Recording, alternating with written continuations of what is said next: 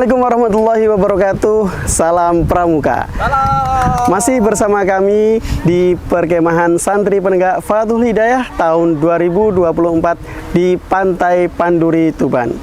Di samping saya ini ada senior-senior kita yang mungkin kakak-kakak yang menyaksikan ini tidak asing melihatnya. Ada Kak Hud, selamat malam Kak Hud. Ya, dan Kak Minan, selamat malam Kak Minan. Ya, di sini kita akan bercerita tentang pengalaman-pengalaman pramuka kakak-kakak senior kita ini. Dari beliau-beliau ini sudah melalang buana dan banyak menginspirasi dari adik-adik pramuka Fathul Hidayah. Iya, Kak Hu, selamat malam. Malam sih. Baik ya? Alhamdulillah baik. Oke Kak Hu, dari pengalaman Kak Hu ya, pramuka itu seperti apa sih yang membuat kita itu selalu riang gembira? Nah, pramuka yang selalu membuat kita riang gembira ya. Iya Kak. Ini yang ditanyakan itu suasananya yang selalu membuat kita riang gembira, ataukah kita yang membuat suasana untuk menjadi riang gembira? Ya, keduanya Kak. Yang pertama, Kak Hu untuk membuat suasananya riang gembira, dan kedua tadi yang sudah Kak Hu sebutkan. Untuk membuat suasana yang riang gembira, itu pertama kita itu harus gembira terlebih dahulu. Oke, gembira lagi. Masuk ya, bener. Kita harus gembira terlebih dahulu. Nggak boleh keluar tanduknya ya? Ya, nggak boleh. Gimana kalau suasana bisa riang gembira sedangkan hati kita sedang merana? Kan nggak bisa ya. Turunkan tensi. Tensinya harus tidur. Oke, turunkan tensinya. Artinya tidur itu berarti tensinya harus turun. Oh gitu. Kalau tensinya naik, suasananya itu jadi membara. Membaranya itu bukan gembira, tapi membaranya itu karena marah-marah. Oh, marah-marah. Jadi intinya kalau kita mau membuat suasana pramuka itu menjadi riang gembira, PR-nya itu di kita dulu. Kita itu suasana diri kita itu harus gembira terlebih dahulu, baru bisa mencairkan suasana di lingkungan kita supaya menjadi gembira. Bukan begitu Kak Minan? Siap, iya. Masuk itu. Kalau menurut Kak Minan sendiri gimana Kak? Sebenarnya, jangan jawab sama. Kalau sebenarnya bicara tentang pramuka yang gembira, kayak kita lihat pramuka di Fathul Hidayah ini sudah cukup mengembirakan sebenarnya. Jadi kita tidak melulu terus kemudian fokus di teknik-teknik kepramukaan yang seperti pramuka-pramuka yang jadul lah seperti itu ya. Jadi pramuka harapannya mungkin apa ya, kita tetap seolah-olah guyon bahasanya, bahasa Jawanya seperti itu. Cuman sebenarnya kita serius dalam berkegiatan. Contohnya di perkemahan ini banyak sekali kegiatan-kegiatan yang kelihatannya hanya sekedar hura-hura, gitaran, nyanyi-nyanyi, ya kan, tapi di situ banyak makna yang sebenarnya bisa diambil. Bagaimana kita mengambil makna itu, artinya salah satunya adalah kebersamaan, terus kemudian saling akrab dan sebagainya. Mungkin itulah pandangan saya. Ya. Jadi benar ya, konsep bermain sambil belajar itu kita benar-benar praktekkan. Sebenarnya kita bahkan mungkin kita mengadopsi lah bahasanya, mengambil yang dipelajari oleh adik-adik kita yang masih duduk di PAUD atau di TK seperti itu. Ya. Pelajaran seperti itu yang mungkin bisa diterapkan lah. Mungkin kalau sudah semakin dewasa, semakin banyak pikiran, semakin mudah galau. Jadi perlulah flashback untuk menjadi anak-anak gitu ya Kak ya? Harus perlu ya. Oke Kak, gini Kak, kalau menurut Kak Hu dan Kak Minan, pramuka Fathul Hidayah ini sampai saat ini itu seperti apa? Kan Kak Hu dan Kak Minan kan sudah dari zaman beberapa puluh tahun yang lalu ya? Kolonial. Maksudnya beberapa puluh tahun itu sudah di atas 10 tahun lah. Sudah di atas 10 tahun berkelana, terus kita berpramuka bersama.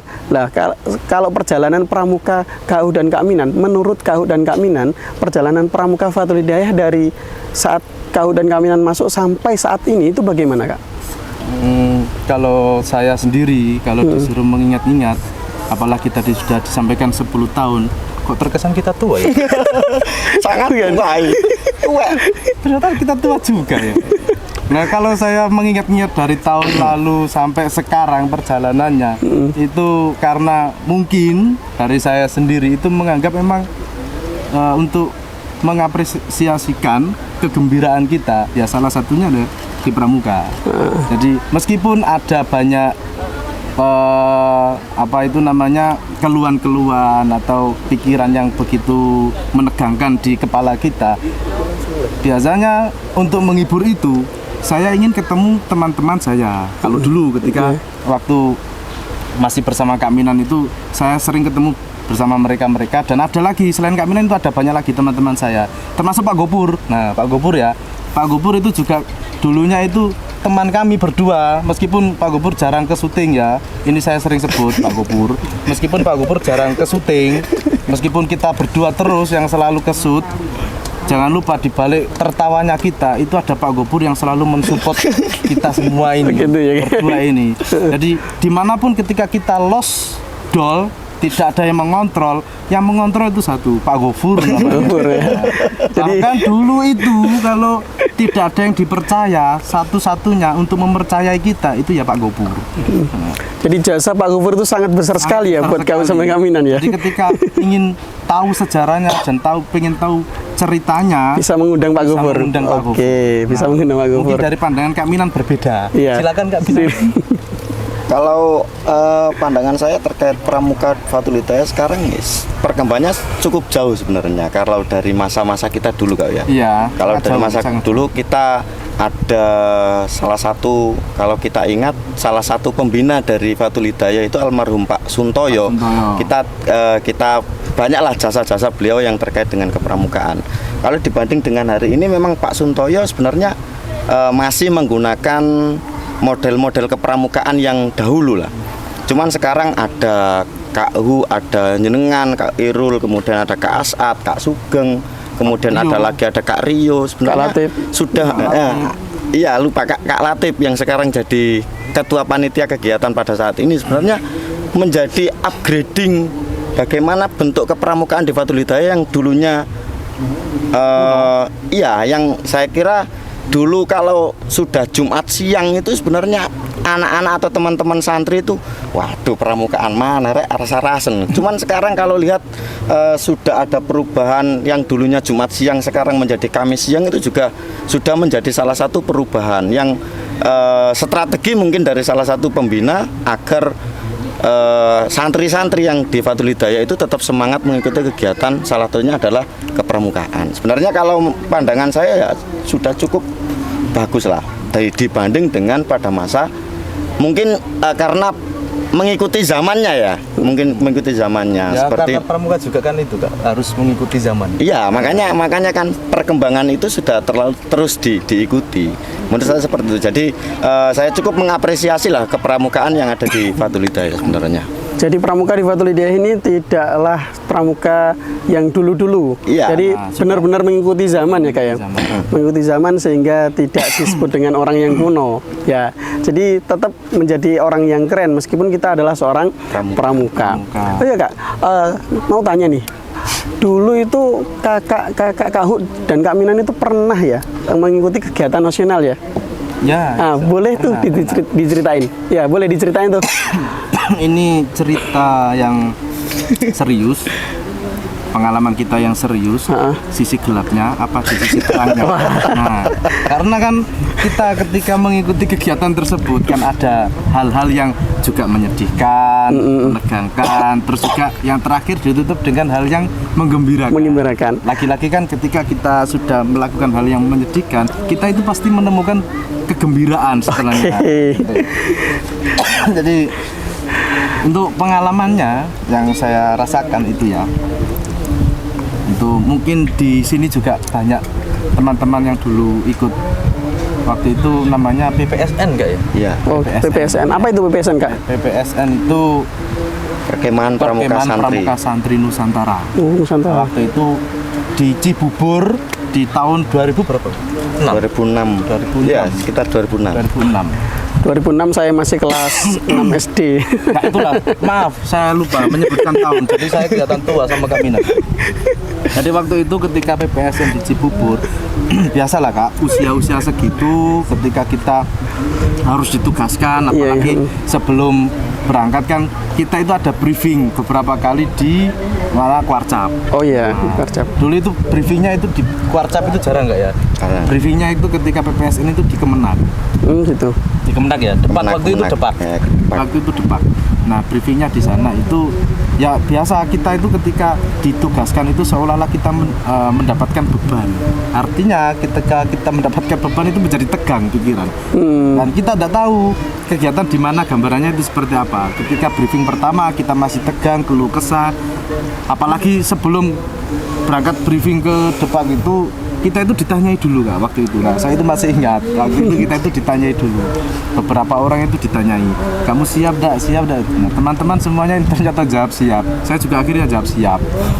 Nah, ada satu lagi yang jawab siap, tapi ternyata tereliminasi, tidak bisa ikut. Nah, langsung ke briefing ya, kita ketika pertemuan di Depak. Ya, mohon maaf lagi-lagi waktu itu yang mengikuti kegiatan atau mendampingi kita itu pembina favorit kami. Waktu itu kan juga pembina yang emang teorinya itu pakai teori zaman dahulu, tapi ketika teknis prakteknya itu menggunakan pada waktu masa itu. Jadi waktu itu keren sekali bisa naik meja terus bilang dong gendang gedong seh. Ada waktu itu. Jadi itu yang sampai saat ini berapa tahun itu masih saya ingat. Teman-teman saya alumni Cibubur itu juga masih ingat. Masih ingat ya? Iya. Dan itu ketika di sana langsung dibilang kalau kita sudah keluar, kita panggil saja nama gitu. Ya sudahlah, ternyata langsung dites namanya itu. Langsung dites, langsung dipanggil nama. Mohon maaf, tadi yang mengikuti kami atau yang mendampingi kami waktu di Cibubur itu ya beliaunya tadi, Pak Sugi. Oh, Kak Sugi. Oh iya, Kak Sugi. Oh, ternyata senior banget ya Kak Sugi ya? Ya, senior banget. Kebetulan adiknya Kak Sugi juga waktu itu ikut kami. Oh gitu. Ikut kami. Jadi waktu itu kita masih itu tegang. Suasana ketika itu berangkatnya itu masih tegang. Ternyata ketika di sana sudah cair karena Kak Sugi waktu itu membuka omongan, sudah kalau kita berangkat keluar bareng-bareng anggap saja kita teman. Nah, ketika itu sudah cair, akhirnya ada yang berani pinjam uang Oh iya. sama Kak Sugi. Gara-gara kita ini teman ya? Ya, itu teman. Teman kan gitu ya. Iya. Teman kan gitu. Tiba-tiba pinjam 100 dong, nah gitu. Tapi dulu belum ada. Istilah pinjam 100. Pinjam 100 itu belum ada. Jangankan pinjam 100 HP saja kita belum tahu waktu itu Kak. Belum bisa main HP itu belum bisa. Jadi ketika itu waktu sudah keadaan itu sudah mencair. Mulai ketegangan sudah mulai mereda, terus kita berangkat. Akhirnya ternyata di sana kita justru malah euforia ya. Euforia dan kita suka-suka. Wah, sangat suka sekali. Memori waktu itu 1 minggu di sana kita tidak terasa. Bahkan ketika pulang di rumah yang kita ingat itu ketika kita berada di sana. Jangan bayangkan ketika kita ngobrol, kita kan di pesantren Kak ya waktu itu. Ketika kita ngobrol, ketika kita berangkat ke koperasi atau kantin, ada salah satu teman yang tanya ini, pinjam duitnya sampai nanti. Ya kita itu sontak dan kompak jawabnya sampai ngambil enok tenda. Nah padahal kita itu sudah di pesantren. Begitu melekatnya kata perkemahan ketika waktu itu 1 minggu kita kemah di Cibubur. Jadi sampai melekat itu. Melekat. Meskipun sampai pulang itu ketika berbicara sama teman-teman itu ya jawabannya itu bukan kamar tapi tenda. Wah. Kalau di pesantren kan ada kamar, asrama kan? Asrama blok. Nah, tapi sampai pulang pun kita bicaranya bukan kamar kayak tenda. Bahkan asrama itu bukan asrama tapi RT. Oh iya, ada RT gitu ya. Gitu. Jadi saking senangnya kita. Saking senangnya, saking melekat di hati ya. Iya. Susah dilupakan. Meskipun ketika kemah itu ya itulah keluh kesahnya juga banyak. Kita mau masak sambal cowoknya didai. Jadi pecah. Nah, 2 kali itu. Cowok kidaan 2 kali. Wes ada gantinya cowok, lomboknya, cabenya ndak ada. Cabenya ndak ada. Akhirnya beli gorengan tapi minta cabai banyak. Ya nggak tahu. Teman-teman kok rasa malunya kayaknya hilang. Uratnya itu loh hilang. Ya itu pengalaman saya. Ada lagi salah satu pembina yang mengikuti di sini itu namanya Kak Ismail. Ada di sini Kak Ismail. Oh itu Kak Ismail. Itu juga orangnya lucu sekali. Serius tapi lucu Kak Ismail itu. Dulu kan ada syuting film Indosiar Kak ya? Iya. Syuting film Indosiar di sana di Cibubur kan kebetulan sering dulu waktu zaman itu kan masih ramai film-film di Indosiar yang Ular-ular. orang jadi kepala ular di itu salah kan. satu stasiun televisi swasta ya. Oh ya maaf, tidak apa-apa lah, los saja. Nah itu waktu itu kita itu bersama Kak Ismail itu nonton jalannya lumayan jauh Kak, lumayan jauh, ada 7 kiloan kayak ya. Iya. Lumayan jauh jalan itu.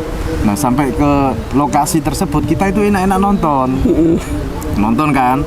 Ya namanya juga anak kecil nonton seperti itu kan kayak oh kita ketemu artis. Iya Kita ketemu benar. artis.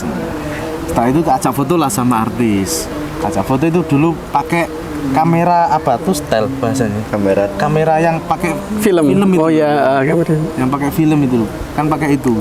Foto banyak banget. Terus bangga kita foto sama artis, ternyata kasetnya apa filmnya itu rusak, ngerek kan, waktu itu kan ngerek.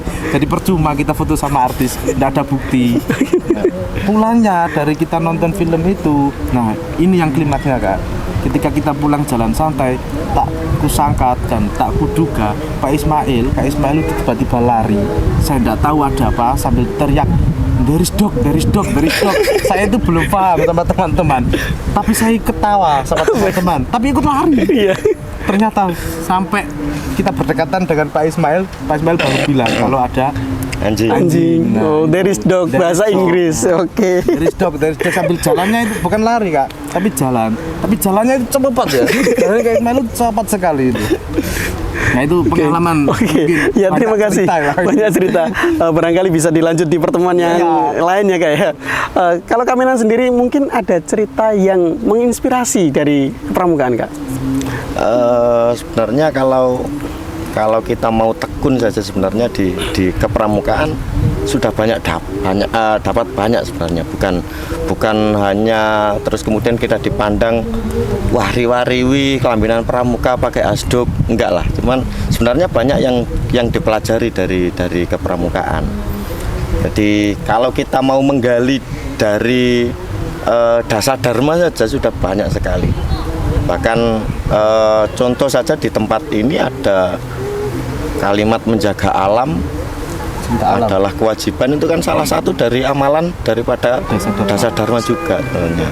Jadi bagaimana kita jadi seorang pramuka yang baik sebenarnya ya kita tekun saja. Kalau ngomong kemudian ada cerita enggak terkait untuk menggugah atau menjadi inspirasi, sebenarnya ya sama saya sama Kak Hu ini sebenarnya enggak jauh beda lah. Cuman hari ini karena mungkin jarak atau usia atau apalah, akhirnya saya mundur dulu dari dunia. Tapi sebenarnya kalau ditanya saya semangat, ini masih membara menyala abangku, masih menyala. Makanya kena ono kegiatan mambu kemah ngono, waduh masih semangat, semangat banget, budal tok sebenarnya. Mungkin itulah. Jadi memang benar-benar tidak memandang usia ya. Iya. Usia boleh tua tapi semangatnya seperti anak muda. Sebenarnya kita kalau mencari inspirasi yang tua sebenarnya ada Kak Maksum. Oh iya, ada Kak Maksum. Yang semangatnya itu luar sudah biasa. sampai sekarang luar menemani kita ya. Bahkan beliau kalau bicara tentang posisi di kepramukaan sebenarnya sudah sampai ke tingkatan pelatih sebenarnya. Kalau salah satu-satunya orang di Fathul Hidayah yang sudah tingkatnya sampai pelatih ya mungkin Kak Maksum lah. Sebenarnya kalau yang lain mungkin di KMD atau KML, tapi Kak Maksum sudah di pelatih. Itu sebenarnya menjadi inspirasi kita. Semangatnya itu sudah tidak bisa luntur lah.